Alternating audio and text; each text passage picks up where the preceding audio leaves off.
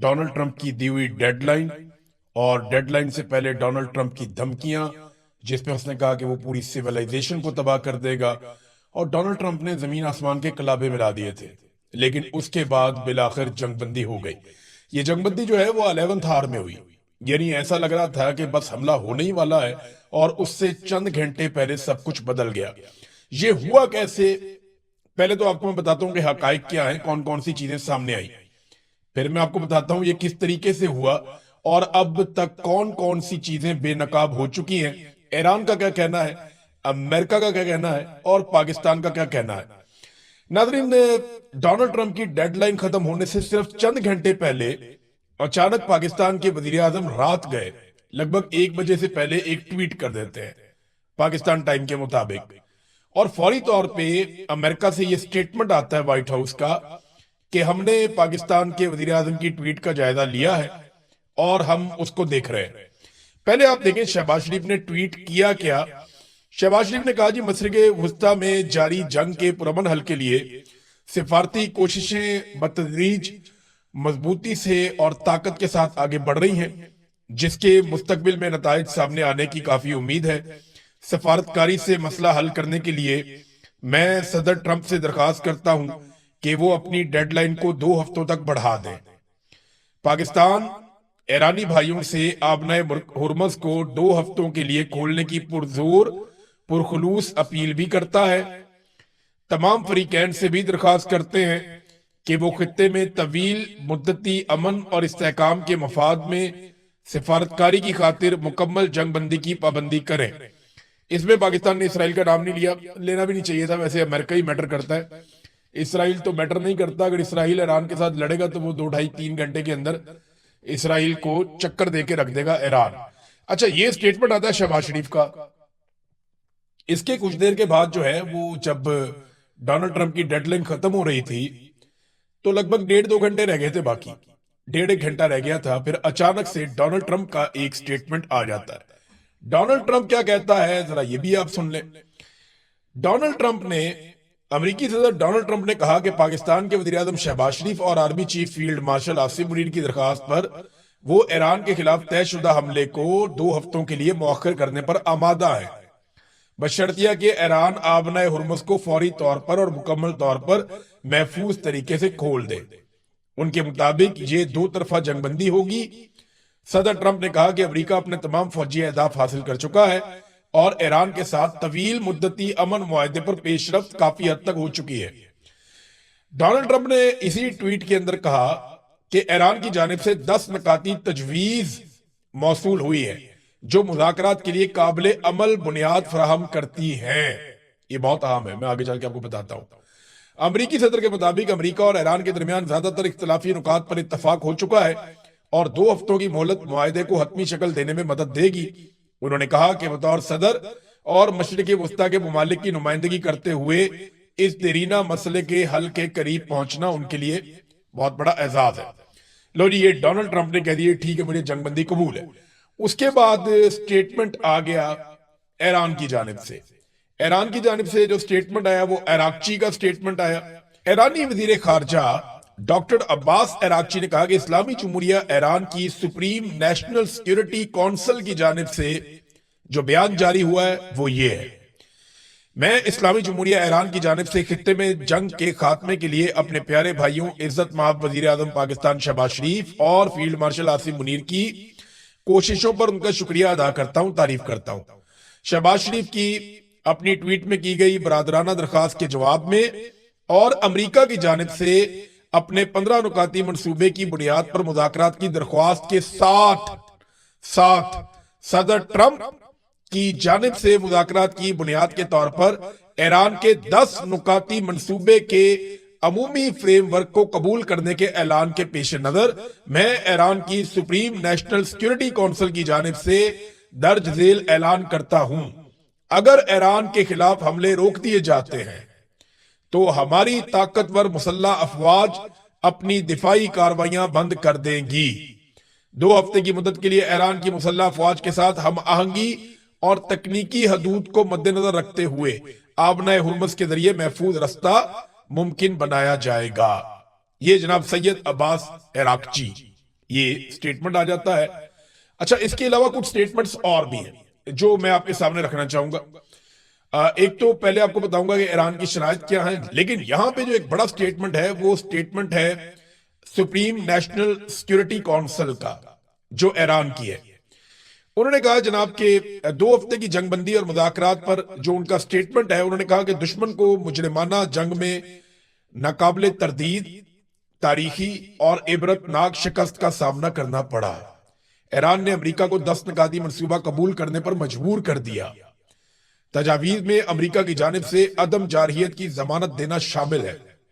आबनाए हुर्मत पर ईरान के कंट्रोल को जारी रखने की तजवीज शामिल है।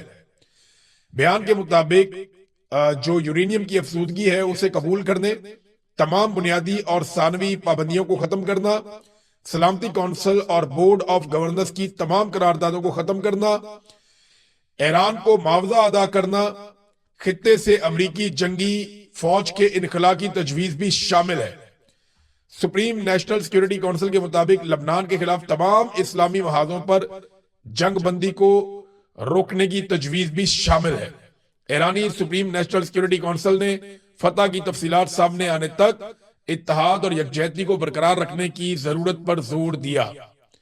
नाज़रीन, ये तो जो जिस किस्म के ईरान की सुप्रीम काउंसिल ने, सुप्रीम नेशनल सिक्योरिटी काउंसिल ने जो स्टेटमेंट दिया है, वो तो फतह का ऐलान कर रहे हैं और उनके जो 10 नुकात हैं वही सबसे इंपॉर्टेंट है।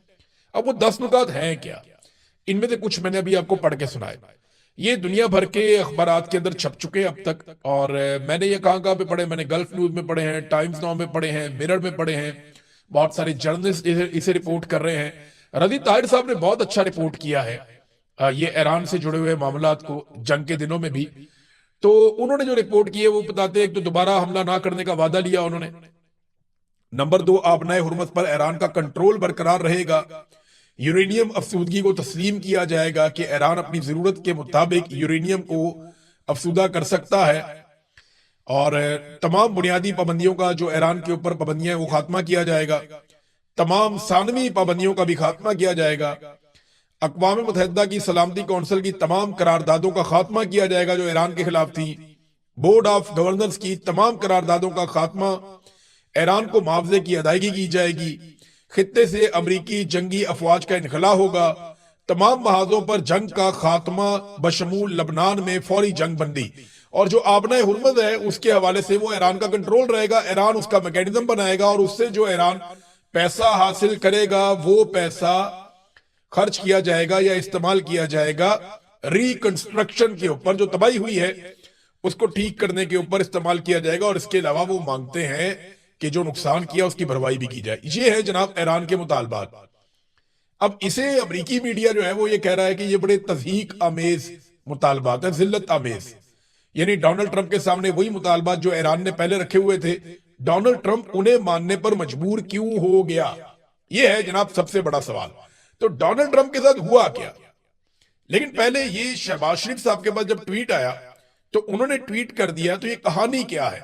अब जरा मैं आपको एक कहानी की तरह बताता हूं। डोनाल्ड ट्रंप ने 10 दिन की डेडलाइन दी और इन 10 दिनों में पूरी कोशिश की कि अरब ममालिक पाकिस्तान को लेकर इस लड़ाई में उतर जाएं, लेकिन वो मुमकिन नहीं हो पाया। पाकिस्तान इस लड़ाई में उतरना चाहता था, लेकिन पाकिस्तान की आवाम ने शिया सुन्नी फिरका वारियत को पसे पुष्ट डालते हुए इस बात को नामुमकिन बना दिया, और पाकिस्तान में एक मिसाली भाईचारा देखने में आया। हत्ता कि कोशिश की गई कुछ ऐसे कलदम तंजीमों के बंदों को उतार कर के हालात खराब हो जाए, लेकिन पाकिस्तानियों ने रिस्ट्रेंट का मुजाहरा किया, समझदारी का मुजाहरा किया और फिरका वारियत से गुरेज किया, जो पाकिस्तानियों की एक बहुत बड़ी कामयाबी है। और पाकिस्तानियों ने कैटेगोरिकली कह दिया, यानी फील्ड मार्शल ने तो बुला के मौलवियों को यह तक कह दिया था कि जिसको ईरान में जाना है या पसंद है उधर ही चला जाए। ये मामला खराब हो रहा था, लेकिन पाकिस्तानी जो है वो कंसिस्टेंटली अपने मौकिफ के साथ खड़े रहे। ये जो सुलह वाला दिन है, यानी ये पूरा दिन कैसा गुजरा मंगल का, ये मैं आपको थोड़ा सा इसके बारे में आगाह कर देता हूं। हुआ ये मंगल के दिन में कि अचानक से कुछ ऑर्डर आते हैं पाकिस्तान के मीडिया को। ये 4 किस्म के ऑर्डर हैं जो पाकिस्तान के सोशल मीडिया में हम लोगों को दिए गए और पाकिस्तान के रेगुलर मीडिया को दिए गए। और ईरानी सहाफियों के बारे में यह कहा गया कि अब ईरानी सहाफियों को आप टीवी चैनल्स पे लेने से गुरेज करें। इसका शिकवा कुछ ईरानी सहाफियों ने भी किया।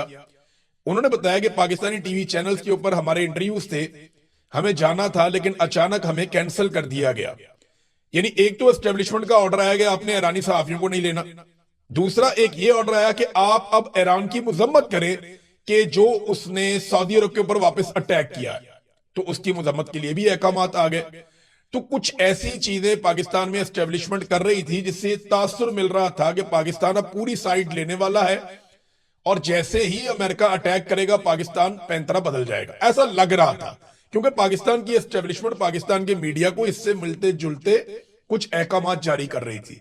लेकिन अचानक से डोनाल्ड ट्रंप ने सारा गेम पलट दिया और एक मैसेज आता है शहबाज शरीफ के पास। और मैसेज क्या आता है? शहबाज शरीफ का जो पैगाम मैंने आपको पढ़ के सुनाया, ये पैगाम इस तरीके से नहीं था।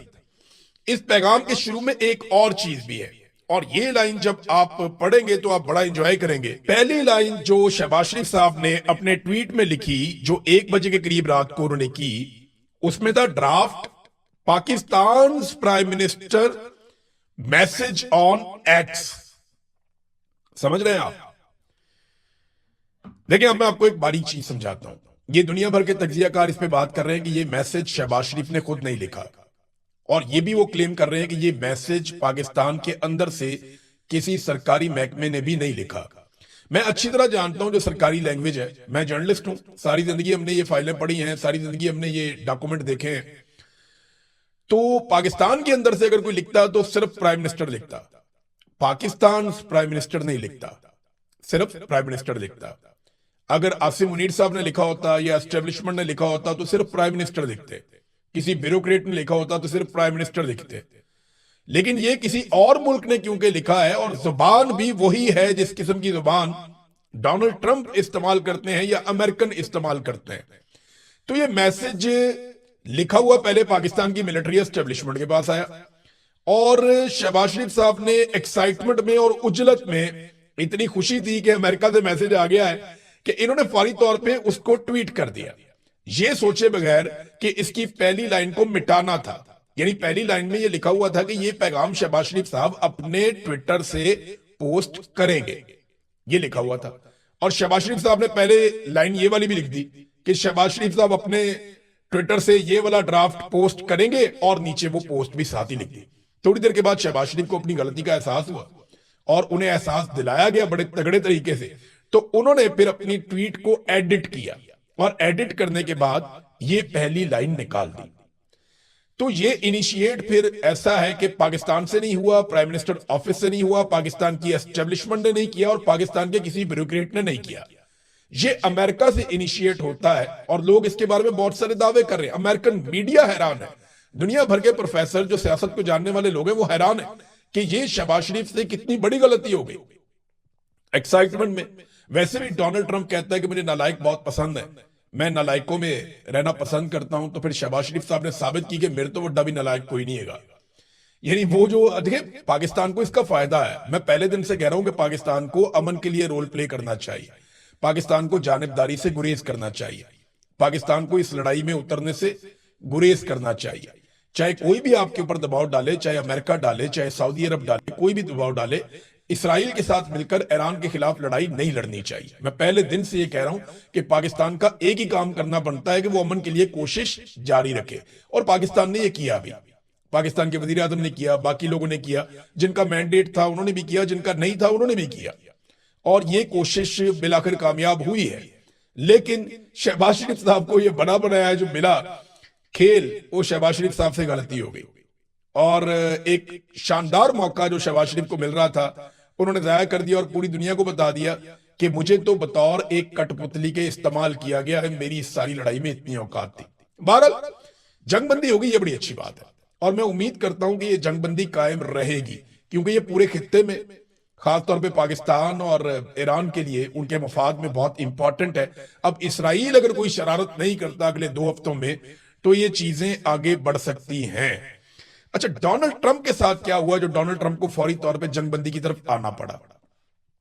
डोनाल्ड ट्रंप के खिलाफ काफी एक्टिविटीज शुरू हो गई, और ये एक्टिविटीज डोनाल्ड ट्रंप के खिलाफ अमेरिका में हो रही। पहली मर्तबा ऐसा हुआ कि ये जो सिविलाइजेशन पूरी तबाह करने का बयान है, उसके बाद डोनाल्ड ट्रंप की अपनी पार्टी के लोग डोनाल्ड ट्रंप के खिलाफ होने लगे और उनके स्टेटमेंट्स भी आना शुरू हो गए। कांग्रेस के रुकन जॉन बी लॉर्सन ने 119वीं कांग्रेस में करारदाद 1155 पेश की, जिसमें सदर डोनाल्ड जे ट्रंप को संगीन जंगी जराइम और बदउनवानियों के लिए मुआखजा करने की सिफारिश की गई। अब इस मर्तबा क्योंकि कुछ लोग खिलाफ हो गए, डोनाल्ड ट्रंप के अपने भी मुआखजे की भी एक तलवार लटक रही थी, कामयाब हो या ना हो। अमेरिकी सदर के लिए बहुत बड़ी बात होती है कि उसके खिलाफ मुआखजे वाला मामला चल पड़ा है। दूसरा, डोनाल्ड ट्रंप एक भी इत्तेहादी अपने साथ मिलवाने में कामयाब नहीं हो सका और फिर अक़वाम मुत्तहिदा के अंदर बाकायदा यह करारदाद लाई गई कि आपने हुर्मुज़ को बज़ोरे ताकत खोल दिया जाए और पूरी उसके लिए कोशिश की गई, लेकिन रूस ने और चीन ने उसको वीटो कर दिया। बाकी दो मुमालिक वहां से एब्सेंट रहे, पाकिस्तान भी वहां पे नहीं गया, लिहाजा वहां पे भी नाकामी हो गई अमेरिका को और उसके इत्तेहादियों को।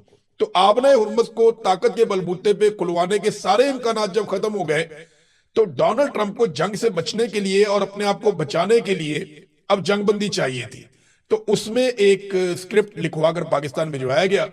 पाकिस्तान के वजीर आजम ने उसको एज इट इज ट्वीट कर दिया। गलती ये होगी कि पहली लाइन मिटाना वो भूल गए, जिसकी वजह से पूरी दुनिया में सुबकी भी हो गई और जो एक मौका मिला था शानदार किस्म का इसको मौजें लूटने का और पूरा क्रेडिट लेने का, शहबाज शरीफ साहब ने अपनी एक गलती से वो क्रेडिट बदकिस्मती से गवा दिया। अच्छा, अब पूरी दुनिया में शहबाज शरीफ साहब का मजाक भी उड़ रहा है और जब शहबाज शरीफ का होता है तो फिर पाकिस्तान का भी होता है। तो डोनाल्ड ट्रंप ने इस जंगबंदी में हासिल क्या किया? 10 शराइत तो मैंने आपको बता दी कि जनाब ईरान की 10 शराइत बड़ी सख्त है। इस तरह अमेरिका में भी शराइत है, वो इसके बिल्कुल ऑपोजिट है। लेकिन 2 हफ्ते की जंगबंदी के बाद क्या होगा और इस लड़ाई में अमेरिका को मिला क्या? नंबर 1, आबनाए हुर्मुज़ जो पहले खुली हुई थी जंग से पहले, लंबे अरसे के लिए डोनाल्ड ट्रंप ने पूरा महीना उसको बंद करवाया और अब जो जहाज ईरान की निगरानी में और ईरान की इजाजत से वहां से गुजरेंगे उनके ऊपर फ्यूचर में टैक्स भी लगेगा। ये एक हासिल की चीज। नंबर 2, यूरेनियम अभी तक ईरान के पास है और ईरान कह रहा है जनाब हमें कानूनी तौर पे इजाजत दी जाए आइंदा इस पे काम करने की। फिर ईरान में खामनाई रजीम जो है वो अब लंबे अरसे तक मजबूत हो गया है इस जंग के नतीजे में। जो पहले ऐसा लगता था ये कमजोर पड़ रहे हैं, वो मजबूत हो गए इस जंग के नतीजे में। इसराइल और अमेरिका की मिथ टूट गई है, उनकी चौधराहट बढ़ गई है कि इनके खिलाफ भी लड़ाई लड़ी जा सकती है और इनको भी तगड़ा जवाब दिया जा सकता है। इसराइल, अमेरिका और अरब ममालिक का अरबों डॉलर्स का नुकसान भी इस जंग में हुआ है। फिर छठी चीज जो हुई, इसका फायदा रूस को, चीन को, ओमान को, पाकिस्तान को भी इसका फायदा हुआ। पाकिस्तान को यह फायदा हुआ कि पाकिस्तान को लड़ाई में नहीं उतरना पड़ा, अच्छा हो गया, बचत हो गई हमारी। फिर इसका ओमान को इसलिए फायदा होगा कि ईरान के साथ मिलकर वो पैसे इकट्ठे करेगा और चीन और रशिया का फायदा वो आपके सामने है। आलमी मंडियों में तेल की कीमतों में इजाफा करवा दिया ये जंग करने के बाद। हर रोज अरबों डॉलर स्टॉक के अंदर डूबते रहे। डोनाल्ड ट्रंप और नेतन्याहू के लिए उनके मुल्कों में बहुत बड़ा सियासी डैमेज हुआ है इस जंग के नतीजे में और पहली बार अमेरिका के इत्तेहादियों ने उसे तनहा छोड़ा। ये सारा कुछ डोनाल्ड ट्रंप ने इस जंग में हासिल किया। अब नाज़रीन, 10 तारीख को पाकिस्तान के वज़ीर आज़म ने फिर ट्वीट कर दिया और 10 तारीख को दावत दे दी है अमेरिका के और ईरान के नुमाइंदों को कि वो आए और आकर बैठ के पाकिस्तान के अंदर इस्लामाबाद में अपने मुज़ाकरात करें और कोई बीच का रास्ता निकालें ताकि 2 हफ्ते के बाद भी ये जंगबंदी कायम रहे और दोबारा लड़ाई ना हो। देखें, उम्मीद यही की जा रही है और कोशिश भी ये होनी चाहिए सबकी और मेरी दुआ भी है कि खित्ते के अंदर अमन आए। ईरान के साथ बड़े लंबे अरसे से ज्यादती हो रही है और जब ये जंग होती है तो इसका ज्यादा नुकसान मुसलमान ममालिक को होता है क्योंकि यहाँ खित्ते में सारे मुसलमान ममालिक हैं। इसराइल का उतना नुकसान नहीं होता, उनका पैसा बहुत ज्यादा है, उनकी सपोर्ट बहुत ज्यादा है, फिर उनका जो दिफाई पूरा इंफ्रास्ट्रक्चर है वो बहुत तगड़ा है, तो ज्यादा नुकसान मुसलमान मुल्कों का भी हुआ है। और अब अगर जंगबंदी हो जाती है तो ये तवील होनी चाहिए, मुस्तकिल होनी चाहिए। इसके ऊपर ईरान ने भी जोर दिया है और पाकिस्तान जब इसके अंदर मेजबानी करेगा तो कम से कम जो मौजूदा रजीम है, जो जाली रजीम है, हुकूमत आकर बैठी हुई है, उसको कम से कम इतना फायदा जरूर होगा कि अपने मुखालिफिन को ज्यादा कुचलने में उनको आसानी मिल जाएगी। यानी दुनिया की जंगें खत्म करवा रहे हैं, पाकिस्तान के अंदर जो है वो अवाम को कुचल रहे हैं, अवाम के साथ ज्यादती कर रहे हैं। सबसे बड़ी पॉलिटिकल पार्टी जिसको अवाम ने मैंडेट दिया हुआ है उन लोगों को सबको जेलों में डाला हुआ है, मुलाकातें तक बंद करवाई हुई हैं पाकिस्तान के सबसे बड़े लीडर की। तो अब जब डोनाल्ड ट्रंप को राजी करेंगे तो उसके बाद पाकिस्तान में जुल्म और जबर का एक नया सिलसिला भी मैं उम्मीद करता हूं कि आसिम मुनीर साहब शुरू करवाएंगे, क्योंकि ये ट्रैक रिकॉर्ड है। जब जब इन्हें ऑक्सीजन मिलती है ये अपने मुखालिफिन को कुचलना शुरू कर देते हैं। अब तक तो हमने यही देखा। तो नाज़रीन, ओवरऑल क्या हुआ, यानी आखिर में मैं आपको ये बता देता हूं कि ईरान ने अपनी इस्तकामत के जरिए से, अपनी बहादुरी के जरिए से और मुसीबतों को फेस करके, उनका सामना करके एक आसाब शिकन लड़ाई, जिसमें उनके बहुत सारे लीडर्स कुर्बान हो गए, उनके बहुत सारे फौजी शहीद हो गए, उनके लोगों का बहुत नुकसान हुआ, उनके इंफ्रास्ट्रक्चर का बहुत नुकसान हुआ, लेकिन इसके बावजूद वो डट कर लड़ते रहे और बिलाखिर ईरान ने वो अचीव कर लिया जिसके बारे में सोचा भी नहीं जा सकता था। आज अगर जंगबंदी हो रही है तो ईरान उसको अपनी फतह करार दे रहा है। अमेरिका भी कहेगा उनकी फतह है, लेकिन ईरान के अंदर लोग ये मान रहे हैं कि ये ईरान की फतह है। अमेरिका के अंदर कोई ये मानने को तैयार नहीं है कि डोनाल्ड ट्रंप ने ये जंग जीती है। अमेरिका के अंदर लोग ये तस्लीम नहीं कर रहे, अमेरिकन मीडिया ये तस्लीम नहीं कर रहा कि अमेरिका ने ये जंग जीती है, जबकि ईरान के अंदर लोग इसको जश्न के तौर पे मनाएंगे अगर ईरान की शराइत पूरी हो जाती हैं तो।